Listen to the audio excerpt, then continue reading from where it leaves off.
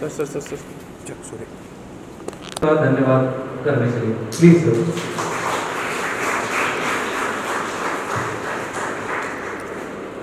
जय गौ माता, जय गोपाल। मराठी में एक कहावत है कि साधु संत येतील घरा तेच दिवाली दशहरा, अर्थात जब साधु संत घर आते हैं वही दिवाली दशहरा होता है, वही त्योहार होता है। तो आज मैं इन्हें ब्रह्मा विष्णु महेश कहूँ, गंगा यमुना सरस्वती का संगम कहूँ, या बड़ पीपल नीम रूपी त्रिवेणी कहूँ, ऐसे महान संत श्री दिनेश गिरी जी महाराज, श्री जीतनाथ जी महाराज एवं श्री कृष्ण स्वरूप जी महाराज को मैं नमन करता हूं एवं समस्त बिरला सार्वजनिक परिवार की ओर से वंदन करता हूं कि वो अपना कीमती समय निकालकर आज हमारे घर पधारे।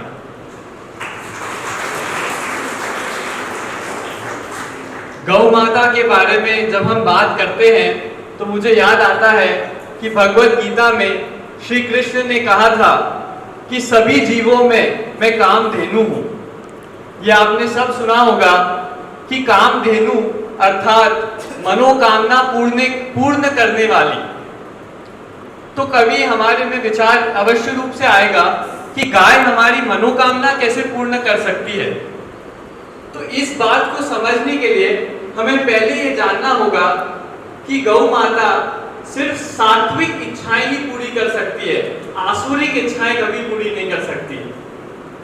और सात्विक इच्छाएं अगर हमें समझनी है कि सात्विक इच्छाएं क्या होती है, तो उसके लिए हमें पुराणों की तरफ देखना होगा, जहां पुराणों में ऐसा कहा गया है कि 4 प्रकार के पुरुषार्थ होते हैं।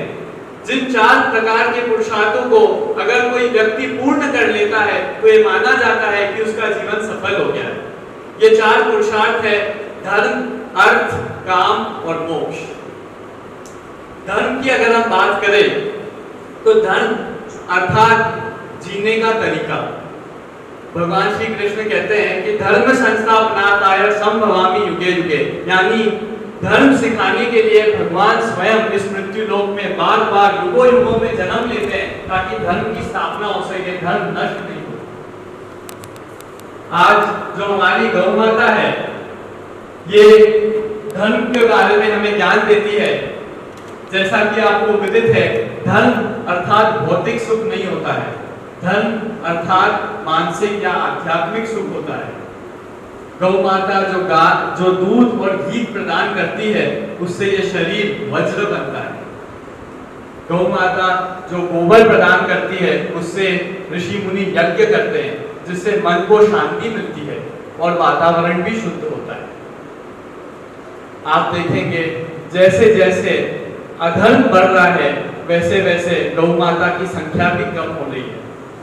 गांव में हम देखें तो प्रत्येक घर में गौ माता उस घर की शान बनी है, और शहरों में वही गौ माता किसी के जूते, चप्पल, बेल्ट, पटुआ बन गई। आज ये एक शर्म की बात है कि अधर्म अपने कितना ऊपर बढ़ गया है। तो गौ माता का यदि आशीर्वाद रहा तो धर्म स्थापना हो सकती है। यह है पहला पुरुषार्थ। दूसरे पुरुषार्थ की अगर हम बात करें तो वो है अर्थ। प्रत्येक जीव इस दुनिया में अर्थ ढूंढता है। पेड़ पौधे फल देकर एक जीवन का अर्थ बनाते हैं। मनुष्य अपना घर बार संसार बनाकर एक अर्थ ढूंढता है जीवन में। अर्थ पाने के लिए हम कितने हद तक जा सकते हैं। कभी किसी को लूट लेते हैं, कभी किसी का मर्डर कर देते हैं। ये सब आसुरिक प्रवृत्ति है। जो सात्विक प्रवृत्ति है, जो सात्विक रूप से जो अर्थ कमाया है वो हमेशा हमारे पास टिकता है। और प्रभु श्री कृष्ण भी सात्विक अर्थ को ही मान्यता देते हैं, जिसका सीधा उदाहरण हमको दिखता है कि दुर्योधन को मेवा त्यागो साग विदुर घर पाई, सबसे ऊंची प्रेम सगाई।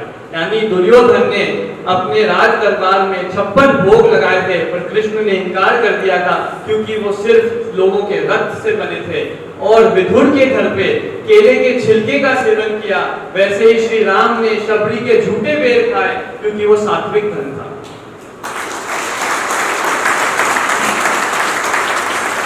तो जो गौ माता होती है, क्योंकि हमारा एक कृषि प्रधान देश रहा है और आज हम सब व्यक्ति जो यहाँ बैठे हैं, हमारे पूर्वज अवश्य रूप से किसान ही थे, और क्योंकि ये कृषि प्रधान देश होता है, गौ माँ जब हमारे खेत में चढ़ती है तो जो जंगली घास होती है जो हमारे फसल को नष्ट करती है, गौ माँ उसे खाती है और हमें गोबर और गोमूत्र के माध्यम से उस जमीन को उपजाऊ बनाती है और हमारे अर्थ में वृद्धि करती है। आज यदि हम देखें तो प्रत्येक गांव में गोचरण भूमि बनी हुई थी। इसका सीधा मतलब था कि अगर किसी भी गांव में अकाल आ गया तो गौ मां जिस भूमि में चल रही है वहां पे अवश्य रूप से अकाल हो तो भी वहां पे कोई ना कोई फल फूल आपको मिल जाएंगे और आदमी भूखा नहीं सो पाएगा। ये मानसिकता थी कि गौ मां रहेगी तो हम कामधेनु रूपी इच्छा पूर्ति करेगी। लेकिन आज हमारे समय में हम जो गोचरण भूमि है उसे भी अतिक्रमण कर रहे हैं, उसे भी नष्ट कर रहे हैं। ये हमारे आज के समाज के लिए एक बहुत बड़ा दुर्भाग्य है। तीसरे पुरुषार्थ की अगर हम बात करें तो वो है काम वासना। मुझे एक पंक्ति याद आती है कि काम वासना में 3 गए, धन वैभव वंश, ना मानो तो देख लो रावण कौरव कंस। तो काम वासना ने त्रेता युग में रामायण रच दी और द्वापर युग में महाभारत रच दी। ये सिर्फ इंसान की काम के कारण हुआ है। तो जो गौ माता होती है, आयुर्वेद उसे कहते हैं कि जो काम वासनाएं हैं ये पित्त प्रवृत्ति अधिक रूप से बढ़ने के कारण होती है। और जब हम गौ माता का दूध और घी पाते हैं तो ये एक पित्त प्रवृत्ति को शांत करता है। और ऐसा कहा जाता है कि प्रत्येक मनुष्य में 33 करोड़ असुर जागते हैं। हर रोज सुबह हम उठते हैं, आज इसको लूट ले, कल उसको मार दे, ऐसे असुर पैदा होते हैं। और इस 33 करोड़ असुरों से लड़ने के लिए 33 करोड़ गुण वाली देवता रूपी गौ माता हमें पदार्थ प्रदान करती है जिससे 33 करोड़ असुर मर जाए। तो ऐसी है हमारी गौ माता जो हमारे काम वासनाओं पे भी हमें काबू पाती है और हमारे तीसरे पुरुषार्थ को भी सफल बनाती है। आखिरी में जब हम चौथे पुरुषार्थ की बात करें, जो अंतिम पुरुषार्थ है जो है मोक्ष। मोक्ष क्या है? मोक्ष अर्थात मुक्ति। अगर हम देखें तो गोपाल श्री कृष्ण कहते हैं कि जो मेरे गौ की सेवा करता है, जो मेरे गौ की रक्षा करता है, मैं उसकी सेवा करता हूं, मैं उसका रक्षक बनता हूं, मैं उसका दास बन जाता हूं। तो जब परम परमात्मा श्री कृष्ण आपकी सेवा करेंगे तो मोक्ष तो अवश्य रूप से मिलेगा। तो गौ मां की सेवा करना ही मोक्ष का एकमात्र द्वार है, क्योंकि जिस प्रकार से गौ माता लेती इतना सा है और कितने अरबों चीजें हमें प्रदान करती है। आज तो कितनी साइंस भी रिसर्च कर रहा है कि गौ के पदार्थ से पेंट बन रहे हैं, साबुन बन रहे हैं, इत्यादि चीजें बन रही है जिसे रिसर्च में भी लिया गया है। तो वास्तव रूप से ये कामधेनु का प्रतीक है। ये देने वाली ऐसी हमारी गौ माता को मैं नमन करता हूँ। और आखिरी में मैं गौ के लिए सिर्फ एक पंक्ति कहना चाहूंगा कि गौ माता तू बड़ी भागिनी, तू कौन तपस्या की, तीनों लोक तारण करे सो तेरे आती।